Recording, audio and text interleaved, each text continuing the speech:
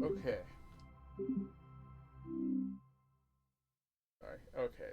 This this is I recorded a whole bunch yesterday and the day before, and it turned out that there was something wrong. I had the noise filter on the microphone that was set too high, and so I lost everything.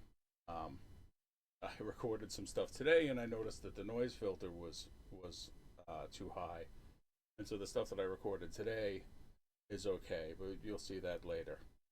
But it's given me an opportunity to look back and actually because I recorded the first time through as I was doing stuff, and well, okay, this guy.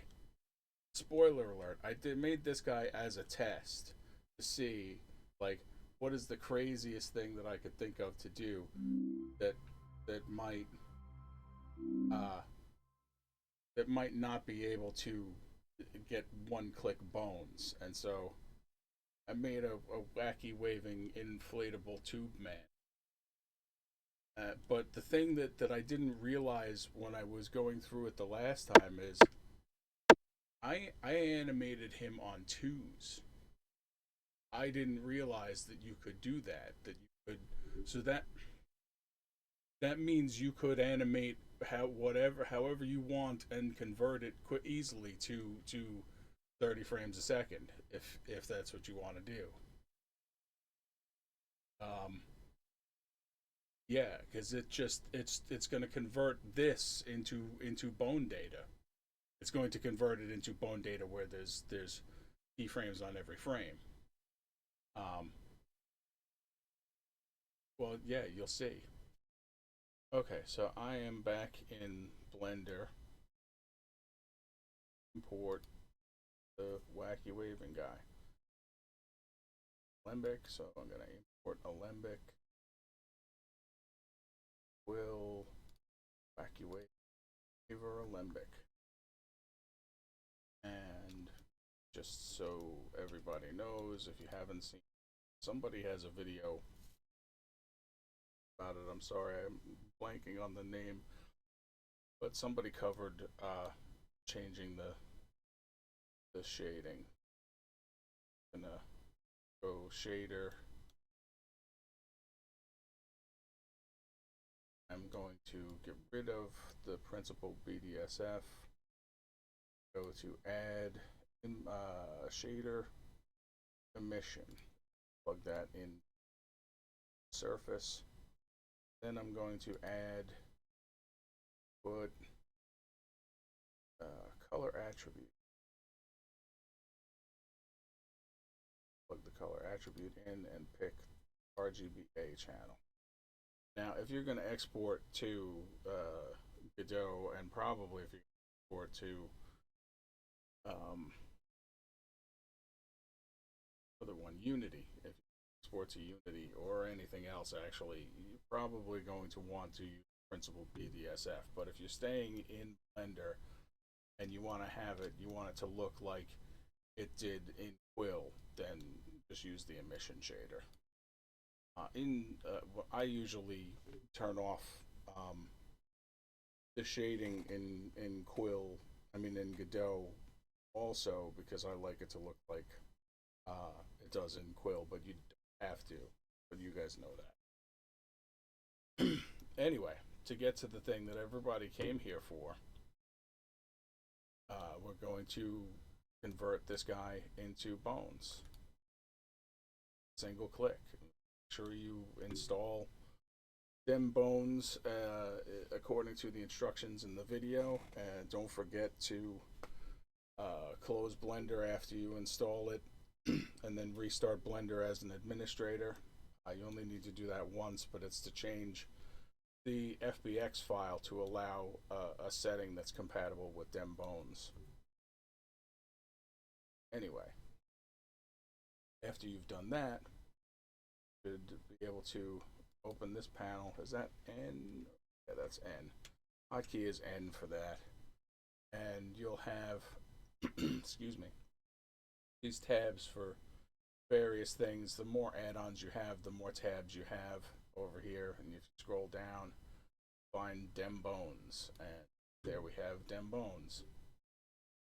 And so, got him selected, and it's him selected, because when you import, you get this unit conversion scaling and the root, and we can actually delete those. Select. This is going to have whatever the layer name is, and I just saved it out as paint. You know, the paint is the standard layer name when you open something up. So I've got him selected, and I have preset number 2 selected, scanning and decomposition. Later on in the video, I'm not going to be able to remember the word preset, so when you get there, remind me. Pick preset number 2 and click execute. And so now, what we get a new armature, and that new armature, if I expand it, has its own paint mesh. So if I hide the paint mesh that we initially imported, you see this one has no texture. But if I go to shading and click the material, click on him, click the material slot, go to material 1, and we're back to our Elmo colored wacky waving guy. Now, back to layout. Over here there's the N bones for the number of bones, and this gave him excuse me, 5 bones. Did it come through with all of the anim? Let's look at him, the other one, side by side. Let's see. Grab him. Armature. There are the outlines. Looks like there's more going on. Yeah, there's definitely more going on with the other one. There's a lot going on in here, a lot of movement. So let me undo. Gonna undo back past. Yep, back past when I clicked execute. And now I'm going to up the number of bones, and got him selected. And when this is the 4th or 5th time I've recorded this, so when I was initially recording, I went through 5, 10, 15, 20 bones. I wound up with 50 bones was the number that caught all of this animation. So I'm setting it up to 50, clicking execute. Takes a couple of seconds. So let's hide the armature over here, and let's hide our original paint guy. And if I expand the armature, you'll see I have a paint layer. And again, if I go to shading, and I just click over here on the little beach ball and pick material 1, I get my material 1 back. And if we're going to export him, we want to export as a GLB, because if where is it? There it is. This is it's the folder that I've been exporting everything to. And this waiver ABC is the original alembic that I exported from Quill. You can see it is 112 kilobytes. I exported an FBX sequence from Quill, and it is 200 kilobytes. This wacky waiver bones is after adding Dembones, 50 Dembones like you just saw me do, and then exporting as an FBX, half a megabyte, 500 kilobytes. And this WW Bones GLB is exporting after Dembones as a GLB file. See, it is 118 kilobytes. And so we're going to want to export as a GLB. So I guess I'll do that so that if you don't know how to export a GLB, you will know. Hopefully a Unity and Unreal and any other engine that you're wanting to work with will be able to open a GLB. I know Godot does. I'm assuming that they. So we're gonna go to File, Export. Let me go back to Layout and make the one. Yeah, I need the armature and the paint that is parented to the armature selected. And I am going to go to File, Export, GLTF,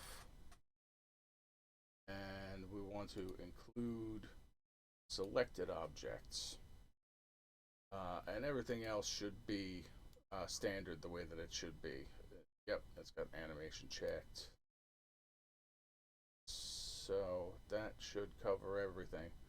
I am going to name it WW.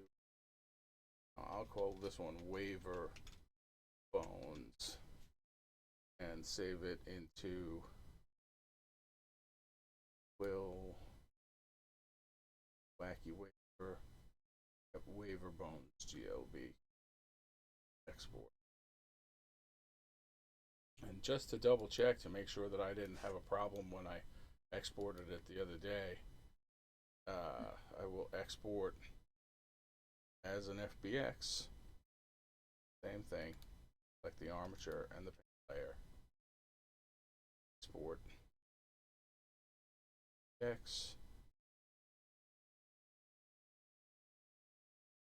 Call it Waiver Bone.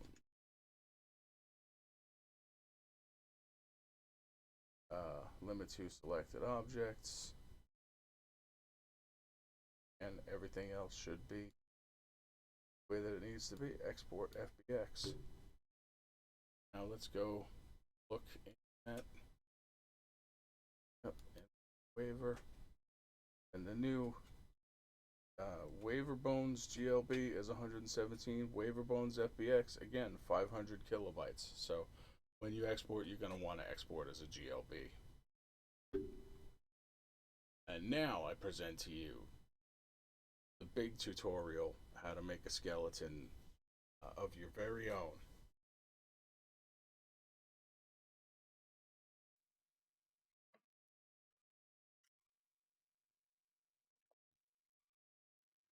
Okay, this is what we are working with. I made this arm in Quill and I animated it. Just basically a bicep curl. And I animated it using keyframe animation. Yeah, you can see if I select something, I made a loop and I keyframed the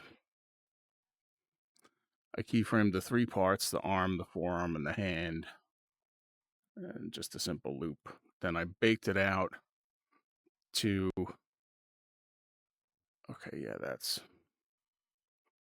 I baked it out to frame animation. And I exported it as a limbic with the animation. And I already did that, but that's how you do that in case you didn't know how to do that. And now I'm going to open up Blender and I'll see you in a sec.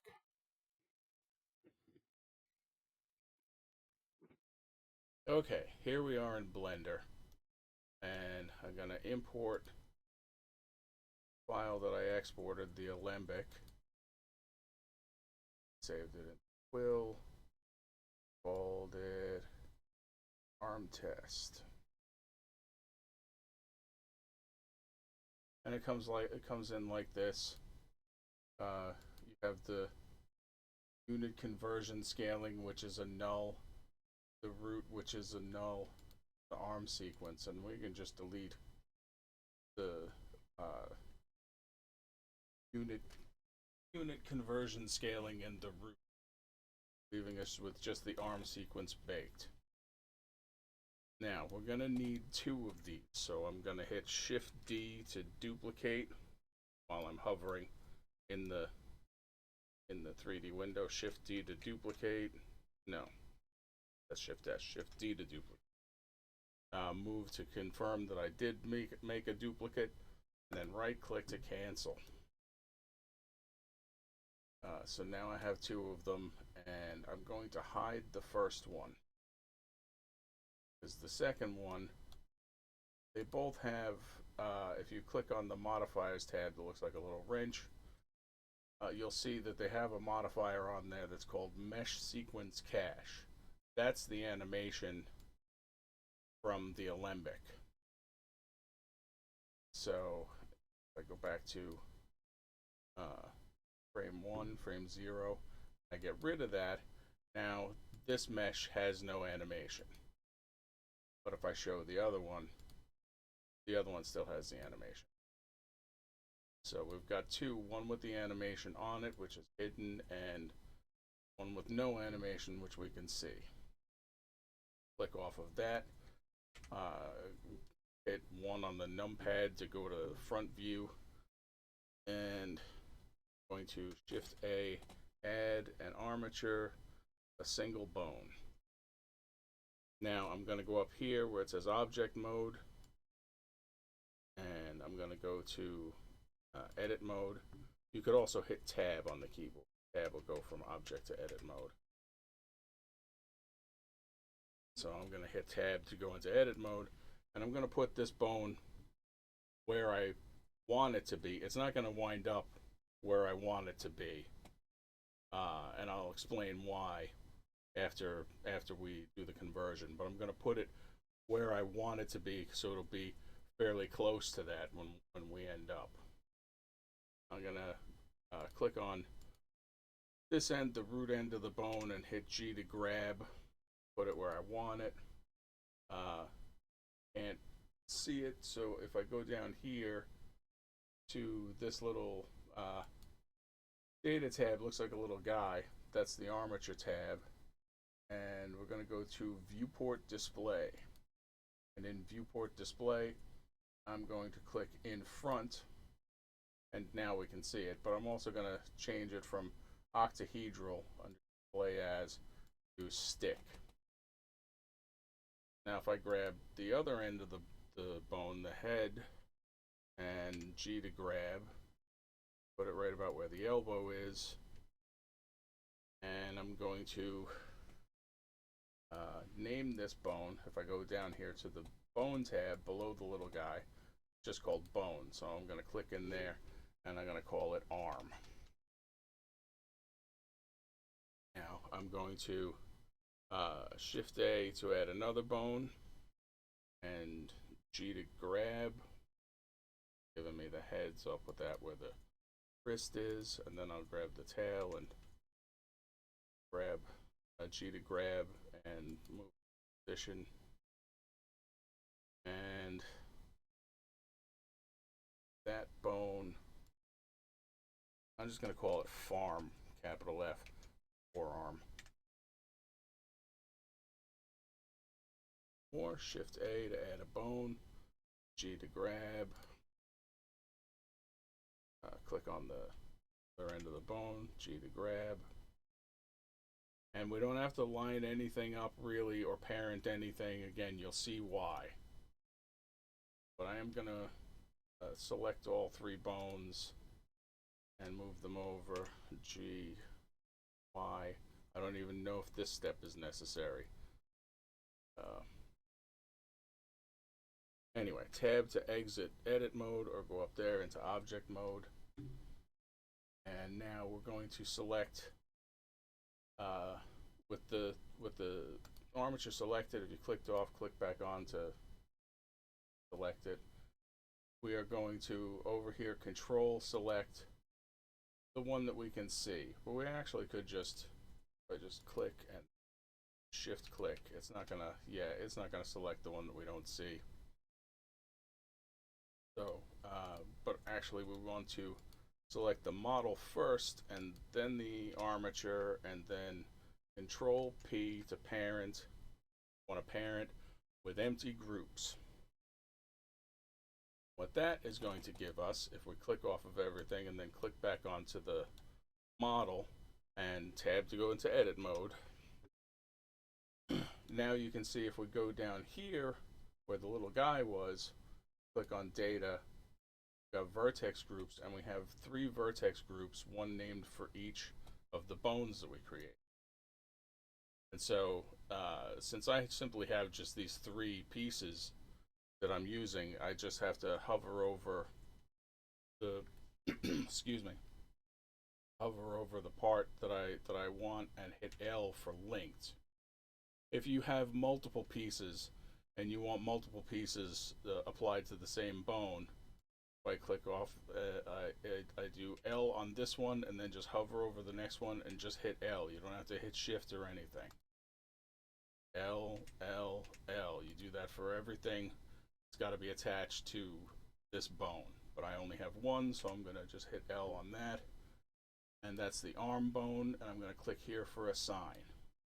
Then I'm going to click off, and I'm going to click over here where it says select, just to make sure that I've got it assigned. Same thing with the forearm. Click assign, click off, select, click off. And lastly, the hand, which is just named bone, we'll rename that. Click assign, click off, select, click off. Tab to get out of edit mode. And now let me grab this hand, edit mode.